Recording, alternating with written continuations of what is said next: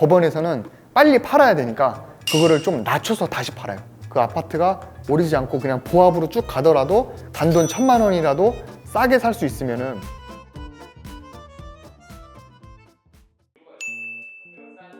아무래도 여러 가지 이유가 있는데, 집을 갖고 있는 사람이 대출을 못 갚아서 이제 나오는 경우가 많거든요. 이제 5억짜리 아파트를 사는데 은행에서 대출을 4억을 받았어요. 그러면 내 돈 1억이 들어가고 대출을 4억을 받아서 이제 아파트를 샀잖아요.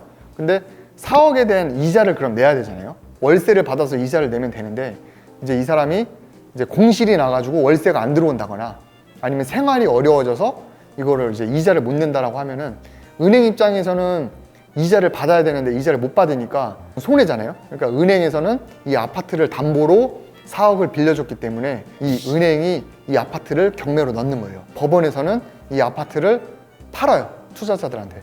팔아서 생긴 돈으로 은행한테 돈을 갚아주는 게 이제 경매의 절차라고 보시면 되죠. 우리가 그냥 시장에 가서 살 때는 그냥 우리가 원하는 걸 살 수 있잖아요.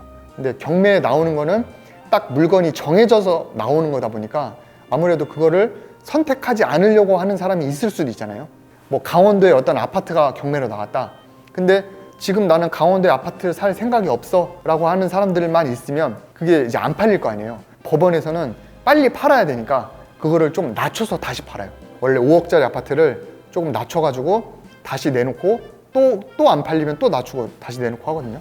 그러니까 그러다 보니까 아무래도 좀 싸게 나오는 경우가 많이 있죠. 일단 경매 물건이 어디에 나오냐? 대법원 사이트에 나와 있어요. 근데 그 대법원 사이트는 공무원들이 만들어가지고 보기 힘들거든요. 그러니까 그거를 보기 쉽게 만들어 놓은 경매 사이트가 있어요.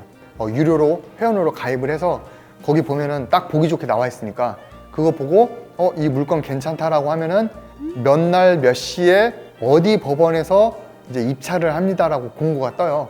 그러면 그 시간에 맞춰서 그 법원에 가는 거예요.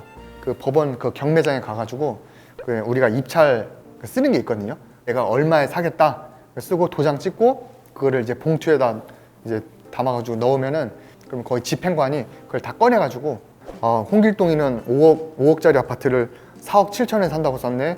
그 다음에 뭐 철수는 4억 6천에 산다고 썼네. 그걸 다 까봐요. 다 깐 다음에 제일 비싸게 쓴 사람을 호명을 해가지고 그 사람한테 그걸 이제 파는 거죠. 그때 우리가 경매할 때는 그 10%의 보증금은 다 내야 돼요. 거기서 떨어진 사람은 돌려주고 거기서 이제 낙찰이 된 사람은 그 보증금을 이제 법원이 가져가고 나중에 이제 우리가 한 달 뒤에 잔금을 내면 이제 소유권이 넘어오는 건데 거기에 이제 이미 집주인이 살고 있거나 아니면 세입자가 살고 있을 거 아니에요. 근데 이제 법원에 경매에 넘어가면 우리가 부동산에서 사는 게 아니기 때문에 우리가 이제 가가지고 직접 명도를 또 해야 돼요. 가지고 두드리고 가가지고 사실 내가 이걸 집을 낙찰을 받았다. 한 달 뒤에 내가 잔금을 치면은 이 집은 내 거가 되니까 너는 나가야 된다. 이렇게 얘기를 하니까 대부분 안 나가요. 배째라 뭐. 왜냐면 대부분 거기 있는 사람들이 대출 이자를 못 내가지고 막 있는 사람이 있다 보니까 대부분 어려운 사람들이 있거든요. 그거를 잘 달래가지고 한 뭐 1, 200 줘가면서 그렇게 내보내는 게 빨리 내보내는 게 우리한테는 또 돈인 거죠. 빨리 내보내고 그리고 빨리 수리하고 우리도 그걸 팔던지 또 새로운 임차인을 맞추던지 이렇게 해야 되니까 그게 돈인 거고, 그래도 만약에 배째라 해버리면은 우리가 법원에 가서 그냥 강제 집행을 할 수 있어요.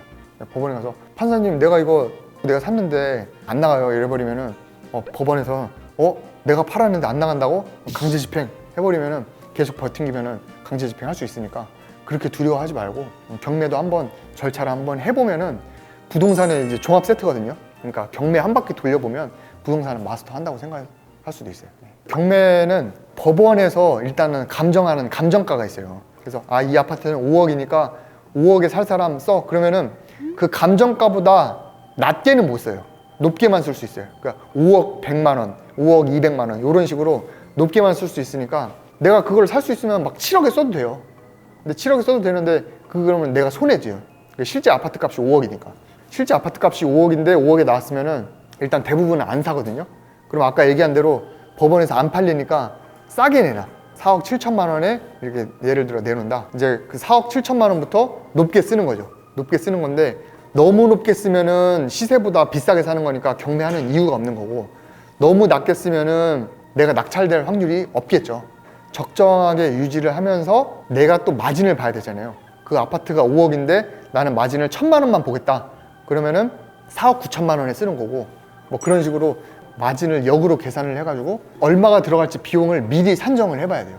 그래서 명도비도 내가 일단 예산을 잡아 놓는 거죠. 나는 명도비로 200만 원 이상은 안 주겠다.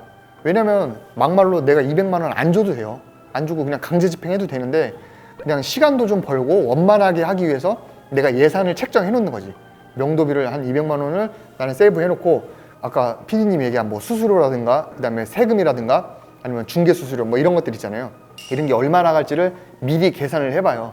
그러면 5억짜리 아파트를 내가 샀을 때 이런 부대 비용이 한 1,000만 원 정도 들어가겠다. 그러면은 이제 그 역으로 계산하는 거지. 그래서 5억이 아파트가 5억인데 내가 이렇게 했을 때 부대 비용이 1,000만 원, 그리고 마진을 나는 1,000만 원만 봐야겠다. 그러면 이제 5억 8천에 쓰는 거예요. 그런 식으로 그 마진을 역으로 계산을 해가지고 부대 비용까지 계산을 해서 낙찰을 받아오잖아요. 그러면은 이제 그때부터 뭐 내가 예상했던 대로 부대 비용이 들어가겠죠. 거기에 들어간 비용이 4억 9천일 거 아니에요.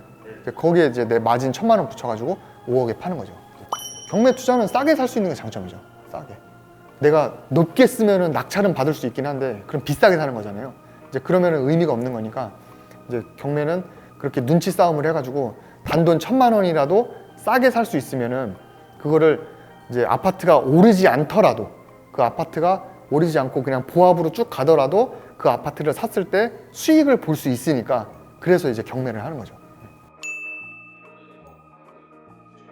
일단 경매라는 그 단어가 주는 아우라도 있고, 그 다음에 경매하려면 일단은 명도를 해야 되잖아요. 명도를 하려면 왠지 나쁜 사람이 되는 거 같잖아요. 그러니까 그냥 깔끔하게 내가 좀 싸게 사지 않더라도 그냥 차라리 금매를 사거나 아니면은 아파트를 사서 오르는 거를 그냥 기다리거나 차라리 그렇게 하겠다라고 생각하는 사람이 많은 거지, 경매를 하려고 하면은 좀 약간 품이 많이 들어가거든요. 품이 뭐 법원도 가야 되고 명도도 해야 되고 막 협상도 해야 되잖아요. 하면은 또 수리도 해야 되고, 왜냐면 거기 있는 사람들이 대부분 그 집을 막 써. 어차피 경매 넘어가는 거니까 막 쓰니까 수리도 좀 해야 돼.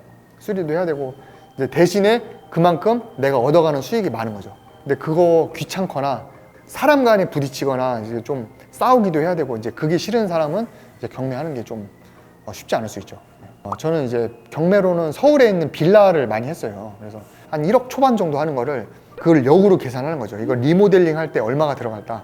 리모델링 한 1,000만 원 정도 잡고, 이사비 한 300만 원 정도 잡고, 그 다음에 이거 취득세, 그 다음에 나중에 중개 수수료 뭐 이런 거 기타 등등 이런 거 부대 비용을 계산을 하고, 제일 중요한 거는 그렇게 해서 그 빌라를 팔았을 때 얼마에 팔 수 있을지를 임장을 통해서 확정을 지어놓는 거예요. 그래서 지금 이 법원에서 빌라가 1억 2천에 나왔는데 내가 이거를 수리만 잘하면은 1억 3천에 팔 수 있을 것 같다.